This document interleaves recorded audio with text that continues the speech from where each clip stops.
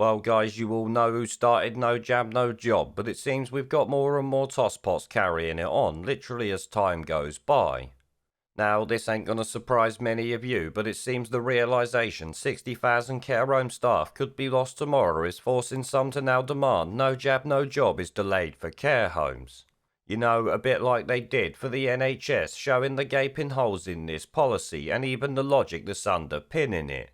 I mean, we've all called out the lunacy that this policy would be, even in normal times when it comes to staff leaving, but now it seems many in the media have decided it's actually worth covering. Maybe their granny is in a care home facing 20% of staff being sacked tomorrow. Not only that though, but you've also got NHS managers who are saying it's madness because I guess the threats and coercion didn't work, certainly not as well as Boris hoped. Oh, and I guess they're saying it especially because care home staff being sacked obviously sends more elderly patients into hospital, something we all know, and so does the government. At the end of the day, I've said it before and I'll say it again, and so have many others. Threats and coercion will not bring most of those who question anything on side. In fact, you often reinforce in their mind that something is amiss by doing it. I mean, it certainly doesn't make you look benevolent, as the BMA have even stated when this was first mentioned earlier this year. In fact, history has already shown the best way to get people to do anything is to actually give them a choice. You simply say something's there if you want it, but no one cares if you don't. Of course, these lunatics, they can't do that though, can they? That ain't what they've been paid to do. They was paid to push an agenda, and like the crack dealer on the corner of Brixton High Road is what they're doing. I mean, the proof of that is in the stick that's literally being used more and more over recent months, and as predicted has failed.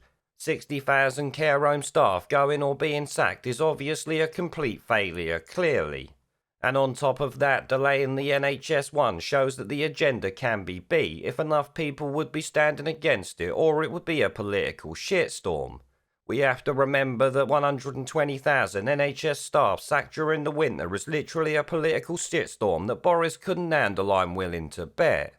And as for care homes, we can certainly say that some arseholes are puckering up tighter than a snare drum right now when it comes to losing this 60k, especially as it will be done, like I said, by tomorrow. And actually, let's be honest, they're probably right, because it's going to be a disaster, but maybe that's what the government wants, because it seems to be going ahead with it regardless. Now, as I've said, most media outlets seem to be running stories about the damage it's going to do, and echoing words of people who want it delayed despite them promoting it before. Shit, even The Sun, who is the government's #1 medical treatment promotion paper, has a story calling it a time bomb, which I have to say did make me laugh. We have only been saying it for months, you ignorant tosspots, while you run around pumping out the government's narrative constantly. Now, in what won't surprise any of you, it seems every media outlet is conveniently ignoring the fact that those who have been jabbed can and do catch infections, likely because it would completely destroy any case for mandating it on medical staff. In fact, it might take a court to rule on this, since the media conveniently brush over it every time, despite Boris Johnson and the NHS themselves admitting it is the case. The government and NHS, as you know, say it lowers the chance of transmission but does not stop it, let's remember.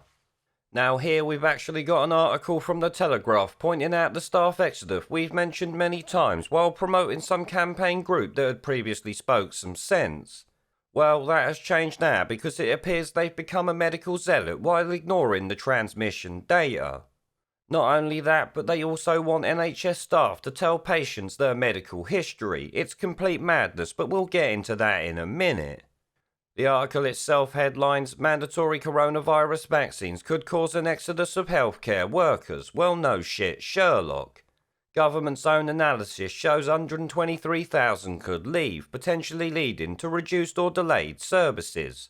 So making the NHS, which is already a clusterfuck at best, even more of a shit show than it is. Well done, Boris, you complete tit. Here it says the same thing of literally what we've just read, and also adds amid calls for patients to be told their medic's jab status. Personally, I don't give a flying fuck what they've had or not. This is completely batshit crazy and goes back to the fact that you should have medical privacy. As a matter of fact, isn't that actually a thing in this country? I don't give a flying fuck what you've had and what you've not had, and I literally never will, and I don't think anyone should be made to tell anyone else what they've got. It goes on, the Health Secretary announced on Tuesday that COVID jabs will become mandatory for NHS frontline staff, but not until April, something we've all known for a while now. In fact, I did a video on it about a week and a half ago at this point. It says an impact report estimates that even then, around 88,000 healthcare workers, including 73,000 NHS staff, are likely to remain unvaccinated, along with 30,000 social care workers. The government analysis said that this may lead to reduced or delayed services, with the system currently stretched with an elective waiting list of 5.72 million and high levels of vacancies as I've covered before. Campaigners for the elderly warned on Tuesday that delaying the move until April could cost untold lives by allowing the virus to spread through hospitals this winter. Obviously, that's completely ignoring the data that's out there at the moment, and indeed the government and NHS's own words. Shit, Boris Johnson, like I said, has even stated that you can still catch and transmit it. Apparently, there's just less of a chance is what they say. But as you know, this means mandating anything on anyone literally doesn't make any sense, as I've already said. It goes on, Dennis Reed from Silver Voices, a campaign group for the elderly, said, how many vulnerable people will be infected by unvaccinated NHS staff over the next 6 months, and how many will die? Staff recruitment worries should not be allowed to lay this life and death measure. We don't want a repeat of last year's scandal in care homes. Which, yeah, maybe you might be right about some people catching it, but at the end of the day, like I've said, you can still catch it regardless. And how much more damage will be done by the fact that you've lost something like 80,000 or indeed 120,000 medical staff. That will create a complete shit show, not just for the elderly, but everyone else. As we've said many times, and so has anyone with half a brain cell, a cost-benefit analysis of anything needs to be done. Going full medical zealot is obviously not the way, and indeed just makes this Silver Voices group look like a bunch of tits. Here it says the figures in the analysis suggested that the number of people leaving could dwarf the number persuaded to get the vaccine. Once again, going back to what I said about mandating it is not going to work. It goes on, estimates suggested that while 22,000 NHS workers are likely to take up the jab in the next 5 months, 73,000 may remain unjabbed and not be exempt. Overall, the analysis suggested that 54,000 reluctant health and social care workers could be persuaded to get vaccinated, but that 123,000 could walk away from their jobs, as I've covered before.